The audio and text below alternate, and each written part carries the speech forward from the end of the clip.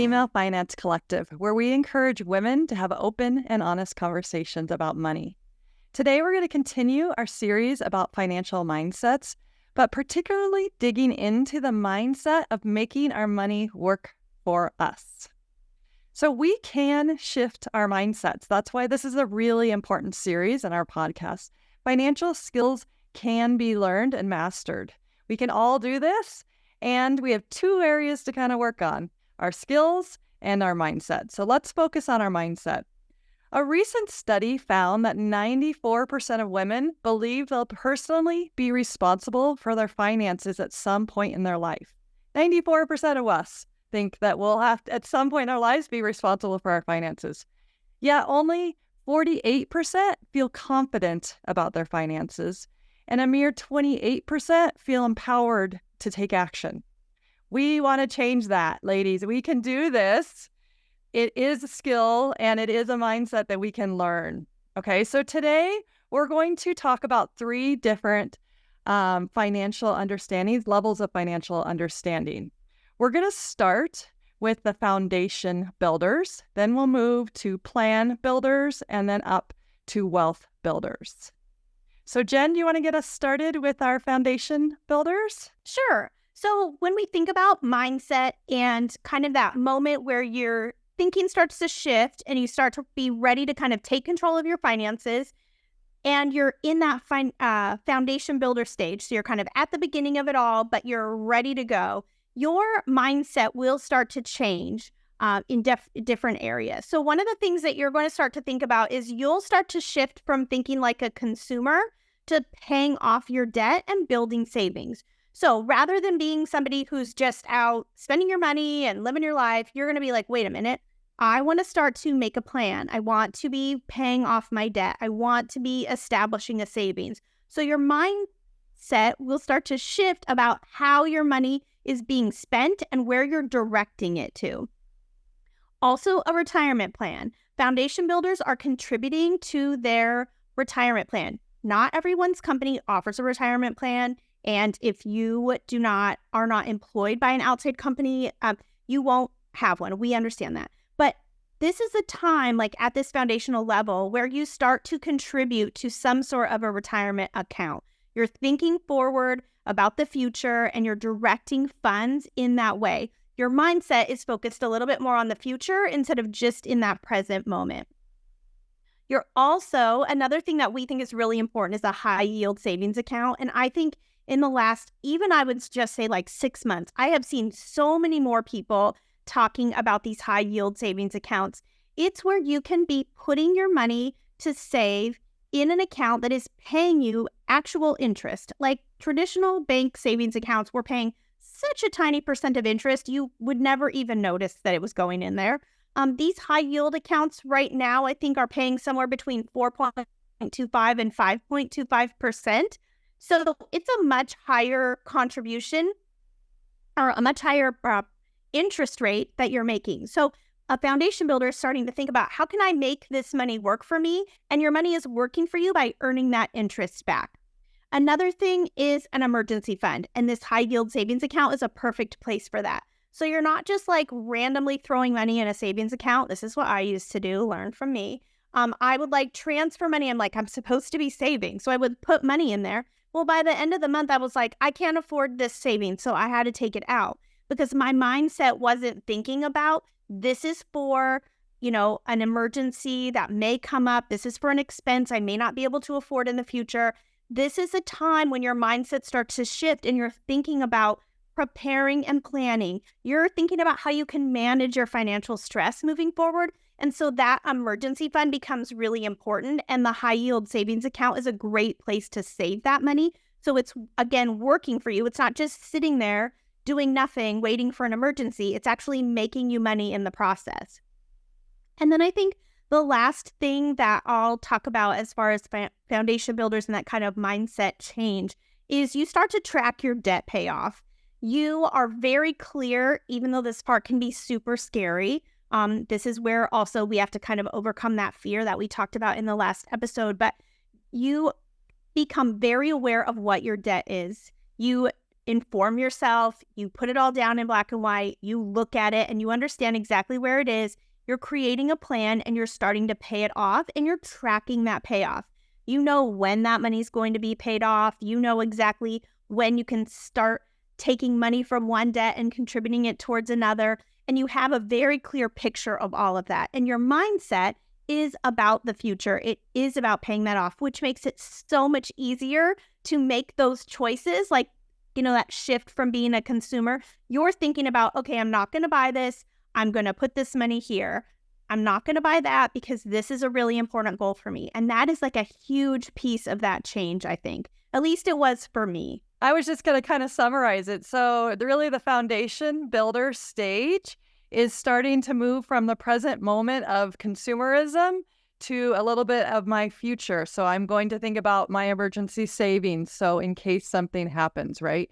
I'm going to start thinking about paying off debt so I can increase my savings more, right? So that mindset shift of this moment to the next little bit of a short-term future for you financially. Right. And your money is working for you in that way because it is helping you get in a better place financially. You're helping to be able to contribute more money to savings because you're going to have less money going towards your debt. Like all of those pieces work together. And I personally think making your money work for you is kind of a funny phrase. It's just that's what everybody always says and that's what we know. So that's why we're using that here. But it's just starting to have your money help you instead of putting you in a more like detrimental situation. Hopefully that makes a little bit of sense. Yeah, that's a great way to put it. Definitely. All right, Marilee, what can you teach us about that plan builder mindset? Okay, so when you reach that plan builder level, you'll start to notice that you probably have a fairly good money routine. So you're looking at your finances regularly and you won't be feeling quite as much stress or overwhelm when you're doing so. So you have a good understanding of what your income is. You're looking at your expenses and just connecting with your money doesn't feel as hard as it used to. And there's this shift that happens where you start to build more confidence. So you actually feel like you're making better money decisions. And anytime an article comes across, a Google search or anything like that, you can actually look forward to reading it versus just avoiding, reading a financial article. You're starting to understand more and more concepts. And what happens next is you start to get more strategic about your decisions. So you'll start to think about the medium and longer term goals. So this could look like saving for your kids' education, investing in accounts outside of your work retirement plans. So putting money away, earning more compound growth within those accounts. And you'll probably start playing with things like retirement projections. So getting a little bit clearer on, how much you might end up with in retirement based on what you're saving month to month. And you'll start to track metrics as well. So things like your net worth, so what you own less what you owe. And you would do that on a regular basis. That could be annual or quarterly, just depending on how often you would like to look at your numbers. You might also start to total up what you're saving on a monthly and yearly basis. And you might even calculate your savings rate. So take that as a percentage of your income. And just overall, you're zooming out the lens to be slightly more medium to longer term with your goals. And you're starting to be able to achieve some of those shorter term goals. And as you achieve a goal, so say you finish paying off your car loan, you can build a strategy to add the next goal. So just really shifting into more thoughtful and longer term decisions. And you're starting to have, you've experienced wins with your finances. So finances just are starting to feel good and you're actually seeing the fruits of your efforts. So what you've committed to is actually starting to happen. And you might even have some excitement looking at your numbers as your net worth is growing from year to year. Awesome. So yeah, it's quite a mindset shift from really thinking about the now and a little bit of short term to midterm future, right? Financing. And then with the wealth builder mindset, stage 3, we're even continuing to do that more. So we're even looking further long term, right? We want to think about how we're going to continue to build our confidence so we can look at big numbers and look further into the future when we're up to the wealth builder mindset. And you want to continue to be curious about what you're learning in that financial learning literacy journey. So alongside this mindset shift that we're talking about is a growth in your knowledge and understanding about different ways to build wealth. So when you hit this stage, you're really looking at a bigger picture as far as length of time and possibilities on your next steps and your next financial goals, right? And so we're thinking about like an accelerated speed. How can we build money a little bit faster? We're thinking about things like our financial freedom. What does that mean to me? How much do I really need to live the life I would like to live? How do I want to spend my time? Also, so time, trading time for money. How do I want to flip that narrative and make my money work more for me? And so what does my mindset need to be able to do that, right? So you get more clarity of what retirement will look like for you, right? And we'll think about advanced investing. What kind of investing moves do I want to make now to accelerate that, to build to a point where I need in the future to do the retirement I want to do, right? Many of us think about starting a business at that point. So we start thinking about how do we also make more money so we can invest more money and make those dollars work for us with compound interest and such in an investment platform. So really, at this point, it's about speed acceleration. It's about financial freedom for you. It's about more individualized learning of what strategies might work for you to get to that future point that works for you, that you want and desire and are dreaming up at that point, right? I think it's so, like, there's so much information that we're sharing. And if you are listening to this and you're like, well, I am so far away from being a wealth builder, I'm never going to be able to retire. I hope you don't hear us saying that. You don't have to hit the wealth builder stage to retire. If you're just getting started on the foundation builder and it's today and you're like 49 and you're freaking out, it is okay. Like, today is a great day to start. There is still tons of time for you to learn and get a handle on all the things you've got going on and start to make a plan moving forward. If listening to the wealth builder stage is like giving you a panic attack and you're thinking, I'm never going to get there, like, that is okay. Because there was a time when I would have literally done a whole shutdown. I'd have been like, I don't know what she's saying because that's so hard for me to understand or even imagine.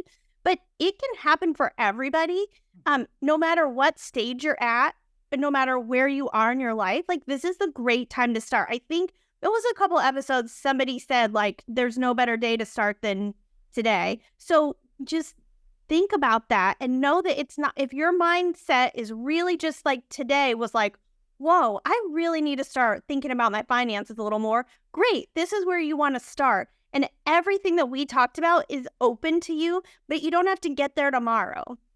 Exactly. Right? And it is somewhat linear, right? You do need to build some foundational skills to move to plan builder, to move to wealth builder.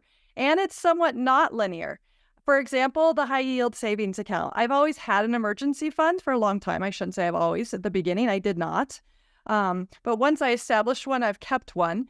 But I didn't have it in a high yield savings account because, for one, the interest rates weren't near as high 10 years ago as they are now. But that is an example of, like, it's not linear. Like, the interest rates on high yield savings are high right now. So I've kind of gone back to the financial builder stage and done something different with my emergency fund, right? So just because there's so many like aspects of all these stages too, and they do kind of build on each other, and you can go back and make changes and decisions at any point in time as you learn more, right? That's what we've tried to do with these 3 stages, is to help people self-identify where they are at.